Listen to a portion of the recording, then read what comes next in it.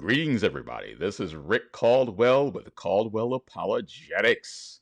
Another video for you. This is going to be a video review. Found this video online from a gentleman by the name of Dante Fortson.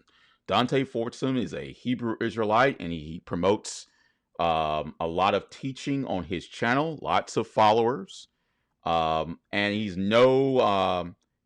definitely somebody that the apologetics community knows a lot about. And I know he's been on Berean TV's channel, Brother Berean's channel. So I found a video online on his channel talking about evidence supporting the fact that the Khazar, I call it the Khazar myth or the Khazar theory, depending on what stance you take. But I call it the Khazar myth. Essentially, that the Ashkenazi Jews were converts of the Khazar Empire, and they converted in the 8th century. Dates vary depending on who you ask, right? So that's the theory. And that what you have are not people who came out of the Levant region, but what you have are people who converted to Judaism in the Khazaria region. So we want to look at the quote-unquote evidence that Dante presents today, and I just want to use this as an opportunity to educate all of you. Also, I hope that Dante Fortson watches this video. I'm sure someone will pass this along to him at some point. But the goal is not to beat up Dante Fortson. My goal is that when we are doing research, is that we need to be careful about the sources that we use. We need to be extremely careful about the sources that we use. So let us start the video.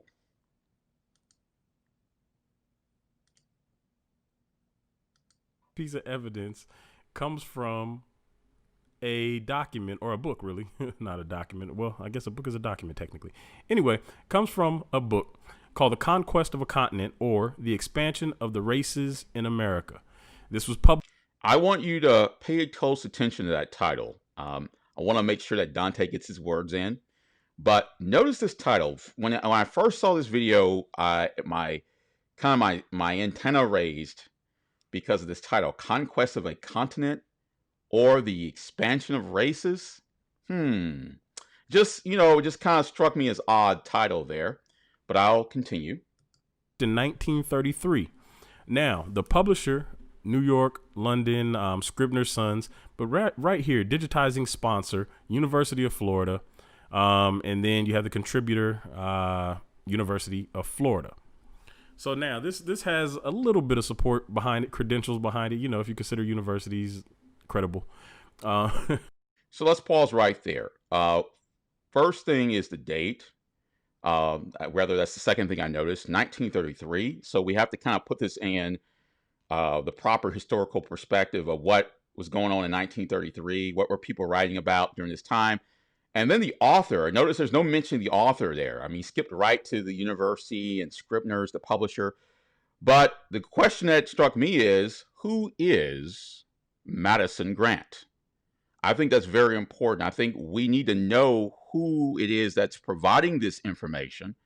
What are their presuppositions? What are their thoughts, and where's their historical method?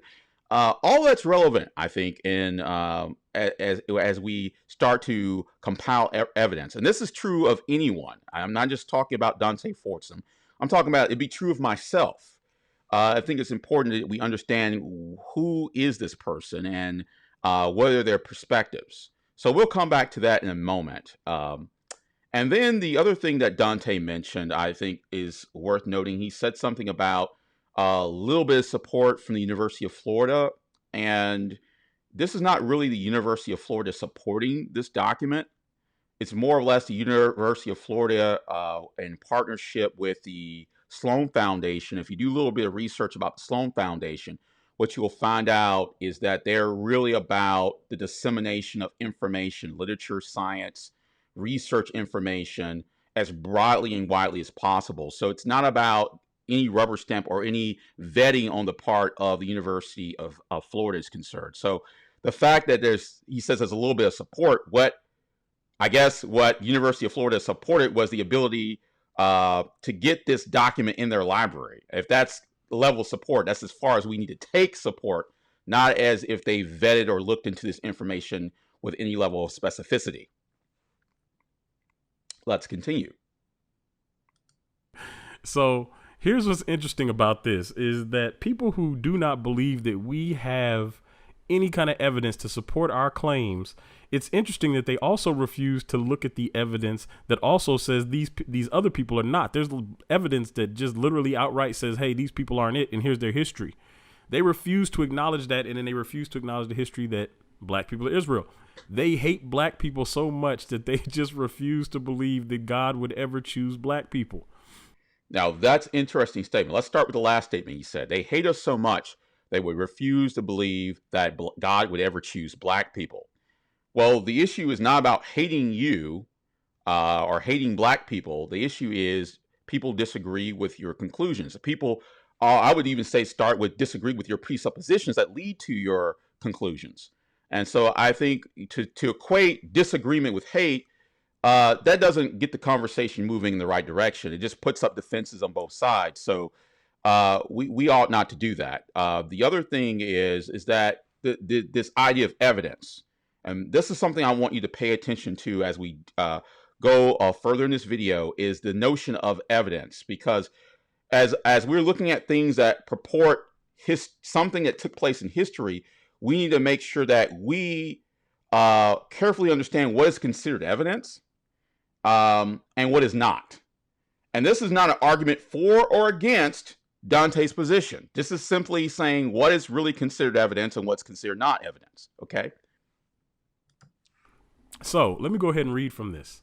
This is page 224 of Conquest of a Continent, The Expansions of the Races. I'm going to go down here. Actually, I'm going to start right here just to lead into this. Page 224, we're going to start near the top, and then we're going to read over to page 225. Excuse me.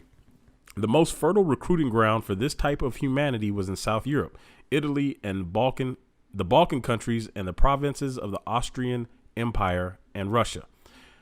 Inducements were offered potential immigrants to come to America. There was no discrimination as to type or quality. Many criminals were rounded up, especially in southern Italy and Sicily. Oh, vocab alone, Sicilia. That's funny. Anyway, with the maybe he should go talk to them instead of telling people he's a expert in black stuff. All right, in southern Italy and Sicily, with I think it's going to be a little ironic. The little side comment he made about vocab alone is that as we dig more into the author, we haven't right now exposed who Madison Grant is yet, but we will shortly. I think it's interesting. He says it's interesting that somebody like vocab alone would have something to say about black people. It's kind of ironic. That I'll leave it for later. Let's continue. The connivance, if not the actual initiative of their governments. As to the ratio of criminals to the native American population, some interesting figures have been compiled through a first-hand survey of 242 state and federal prisons in the United States during 1931 to 1932. Most of the criminals referred to were committed for serious offenses. The criminals from northwestern Europe were well under, sometimes only 1/4, their ratio to the general population. See, they were already messing with the crime statistics back then. You have no idea what they're doing with the crime statistics right now. That's not really my argument for this video, but that's just pure supposition on your part. When you're saying they're already messing with the crime statistics, well, we have to look at other information in order to come to those conclusions. But that's, like I said, that's not my argument. I will continue. Don't want to get distracted by little sidebar comments. Just so you know, for those that believe that all the crime statistics about black people are legit, they were importing European criminals too. South Europe and Eastern Europe were very much higher. The Filipinos were over twice as many as the proper allowance. Native-born Negroes were 2 3/4 above their allowance, and the Mexicans were 6 1/2 times as many as their ratio to the general population would entitle them to be.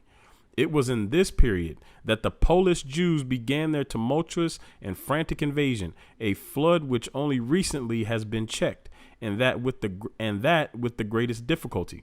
Look at the words. Invasion. Invasion. You know, the one thing he's reading right now, Dante Fortson, is reading in the towards, I guess the book is about, I think 350 pages, I believe. So he's reading halfway past the middle of the book, and it's interesting because the chapter of this book is called Alien Invasion. Okay, so you got to understand the context in which Madison Grant is writing this particular chapter. It's so important. Losing sight of that is really a significant faux pas. Not understanding that right there. So, but this speaks to his. I'm gonna get to Madison Grant. I promise I will get to Madison Grant shortly.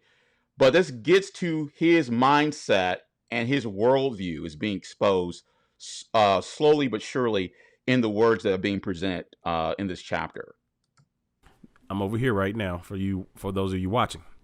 The great mass of immigrants from South Poland, Galatia, and Russia are Ashkenazi Jews, descendants in part of Alpine Khazars, or the Khazars, with a Mongol admixture, who entered the eastern. Now, he said descended in part, right? We know historically there probably were the leaders, Khazar leaders, that probably did convert to Judaism. But what's lacking historically is the evidence that says there was this mass conversion of the people in Khazaria to Judaism. That's the nail in the coffin, I believe, that's missing. But let me continue to hear what Dante has to say. Ukraine from Asia in the early centuries of our era. Many of the Khazars and their Khan were converted by Jewish missionaries, and they formally accepted Judaism in 740 AD. Let me go ahead and read that part again.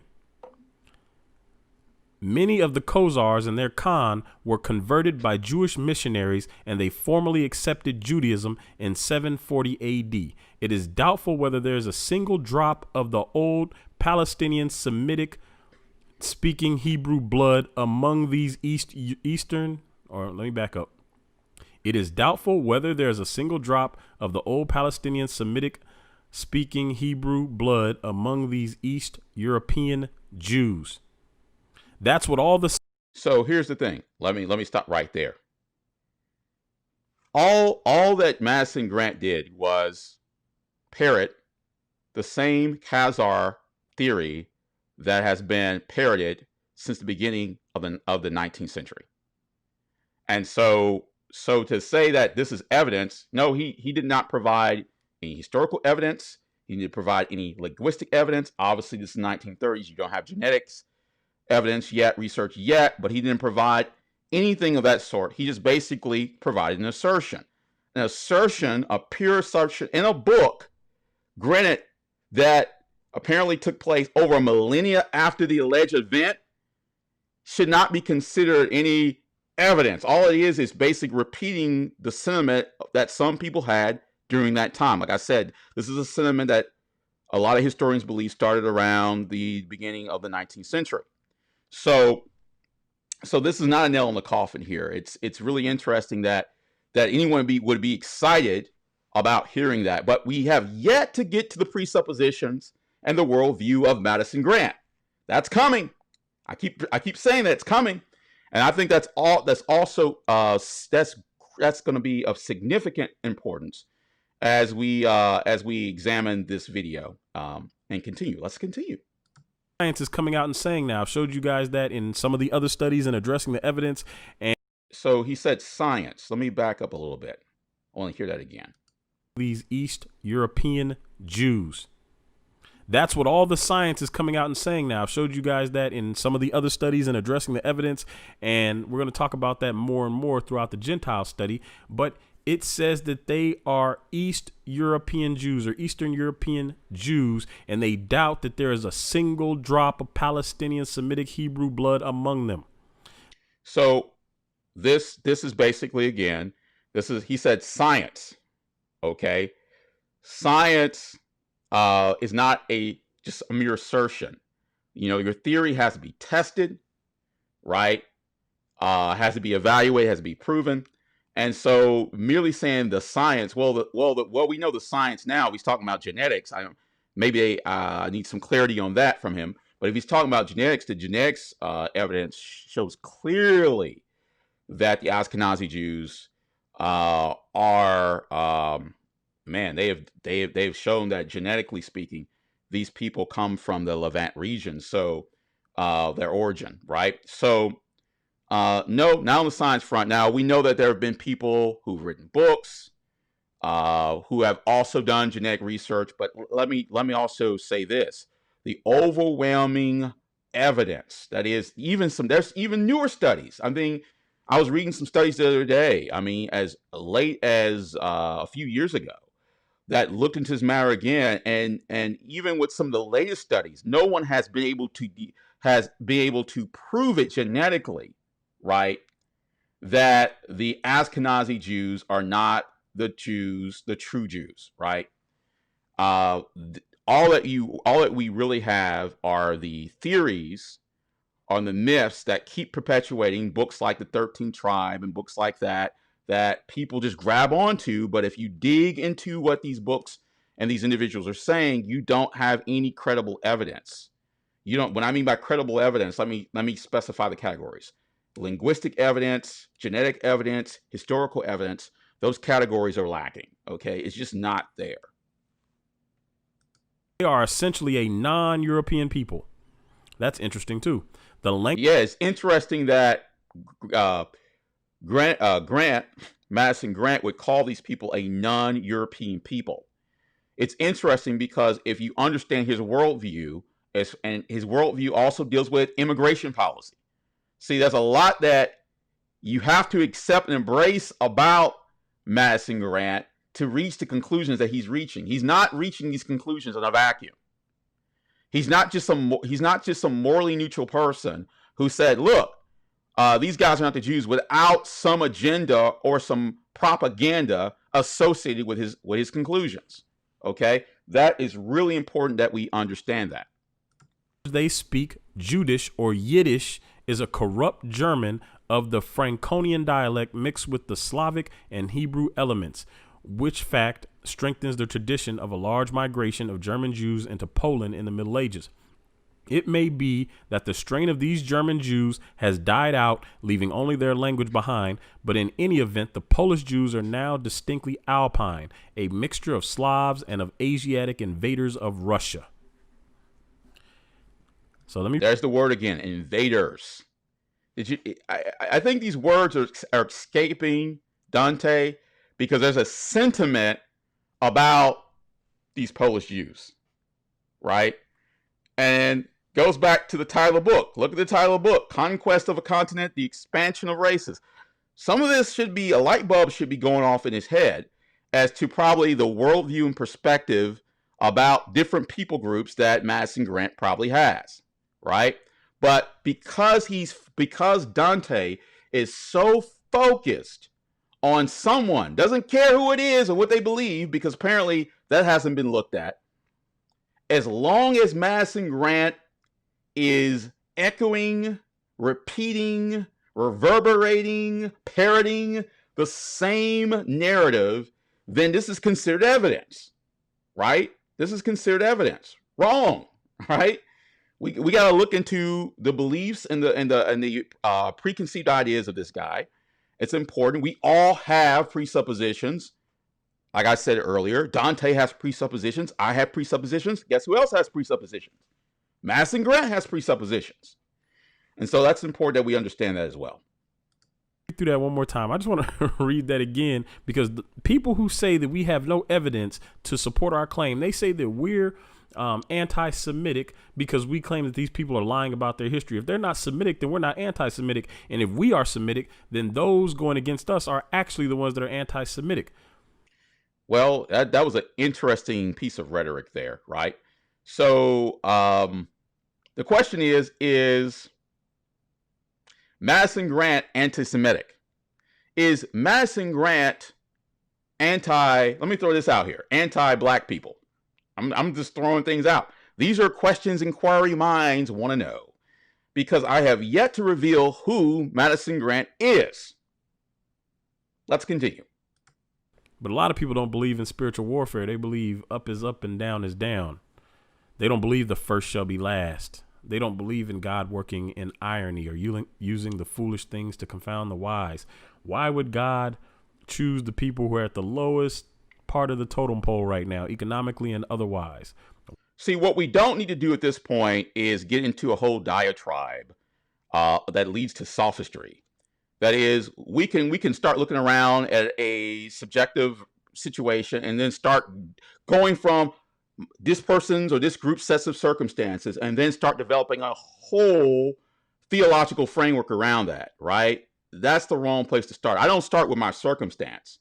All right. Yeah, there's a lot of poor people in the world. Yeah, there's some poor black people. Guess what? There's some poor white people. There are poor people of various racial breakdowns and disposition, ethnic disposition. Don't want to say race, but more ethnic dispositions, right? So that doesn't mean anything, right? Up is up. Yeah, I hope up is up, and I hope down is always down. So like I said, adding all this stuff at the end doesn't really add any weight to what's been presented in this text. Why would God choose them? God always chooses the underdog. Read your book. And little side. Supposition, subjectivism is probably not the best place to start in order to determine what is the truth of God's word. That is, you probably don't want to look at your current situation and say, based on that may lend itself or provide credence to maybe if I am some maybe chosen people of God. I don't know. I mean, I don't want to make that the focus of this video. I'm just saying that that's probably not the best place to start. Read the book. One more time. The great mass, I'm going to start page 225. The great mass of immigrants from South Poland, Galatia, and Russia were Ashkenazi Jews, descendants in part of Alpine Khazars with a Mongol admixture who entered the western Ukraine from Asia in the early centuries of our era. Many of the Khazars and their Khan were converted by Jewish missionaries, and they formally accepted Judaism in 740 AD. It is doubtful whether there is a single drop of the old Palestinian Semitic-speaking Hebrew blood among these East European Jews. They are essentially a non-European people. The language they speak, Judish or Yiddish, is a corrupt German of the Franconian dialect mixed with the Slavic and Hebrew elements, which fact strengthens the tradition of a large migration of German Jews into Poland in the Middle Ages. It may be that the strain of these German Jews has died out, leaving only their language behind, but in any event, the Polish Jews are now distinctly Alpine, a mixture of Slavs and Asiatic invaders of Russia. So saying it 3 times doesn't make it any more true, right? We've heard it once, we heard it twice, we heard it thrice. Doesn't make it any more true here in the 3rd time. I mean, this is the epitome of what I call confirmation bias. That is, you've already accepted the narrative, Dante Fortson. If this was going to be evidence, then it should have, like I gave you 3 categories. That's not an exhaustive list. Linguistic, historical. When I mean historical, look, I can write a book that say pink elephants fly. Does that now mean that pink elephants fly? No, and I'm not trying to be facetious. I'm not trying to be, argumentative.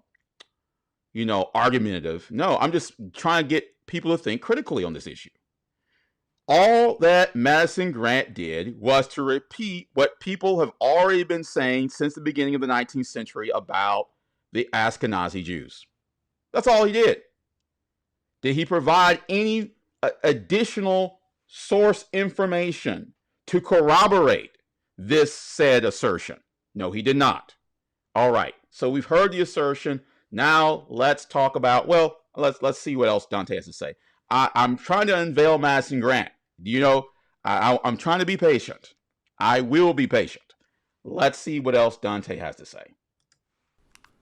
So I want you to take that piece of evidence, go ask your pastor why they're not teaching it. If your pastor is unaware of this evidence, that is fine. Help them get educated. If your pastor is aware of this evidence and has not told you, or they have no desire to teach this evidence or even look into it, you need to find a new pastor. Simple. All right. You heard Dante Fortson. Okay. So the question of the hour, who is Madison Grant? Well, I'm glad you asked, because Madison Grant is a very interesting character. I'll give you some background about Madison Grant here. Madison Grant Um, Madison Grant is a lawyer. Madison Grant is a writer. He's an American lawyer, a writer, a zoologist. Sounds good so far, right? But guess what? He's also a eugenicist. What is that, you ask? That means that he believes that we're all created in the image of God, and that no matter what your race or what your ethnic background is everyone is presumed equal in the sight of God. That is, of equal value in the sight of God. Nope, that's not what a eugenicist is. It's a set of beliefs and practices, ladies and gentlemen, that aims to improve genetic quality of a human population, historically by excluding people and groups judged to be inferior or promoting those judged to be superior. So guess what? In Madison Grant's eyes, who is the superior group or superior people, and who are the inferior people? If you guessed white people or the white race, or in his view, the whole Nordic theory of this white pure race, then you would be right. If you guessed black people, you would be wrong. So here's the thing. He said, go ask your pastor. Let me be measured with my response. It's important that we be measured because the point is to edify more than anything. Well, if your pastor was to do some research and look at this quote unquote evidence and discover the worldview perspective that this person had, that this person is an avowed scientific racist. Okay, what's the whole idea of scientific racism, right? It's pseudoscientific.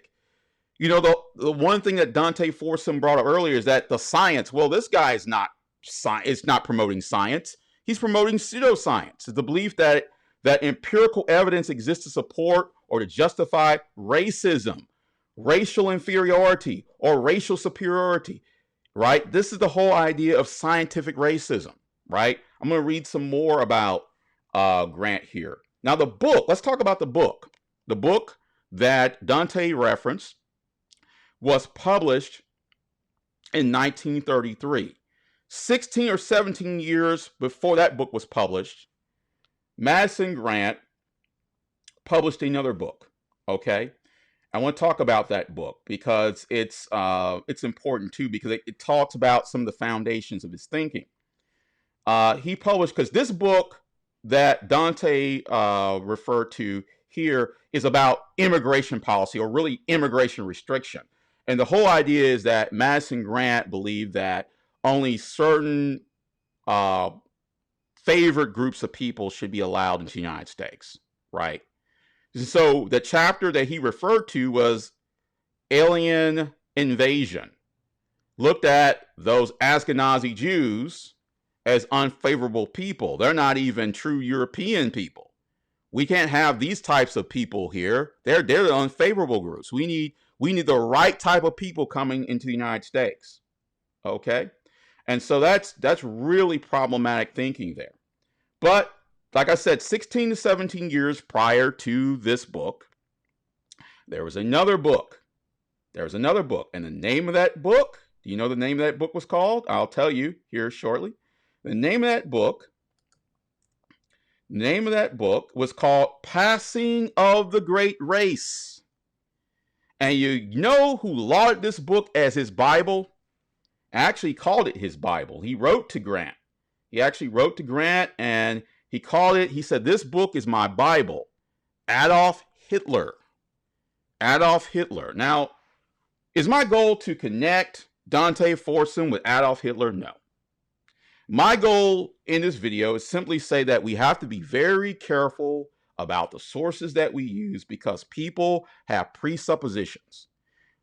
If we're so quick just to get someone to agree with our narrative and we don't take 3 steps back to look at the reason why they're saying what they're saying, we're not only doing a disservice or disjustice or injustice to ourselves, but those who we're claiming to educate and edify with this information, right? And so I think that's really important. There's more I could say about Madison Grant, but I'll leave you with this nugget because he said, go ask your pastor. Go ask your pastor. What does Madison Grant have to say about black folk? What does he say? Does he have good things to say about black people? What do you think?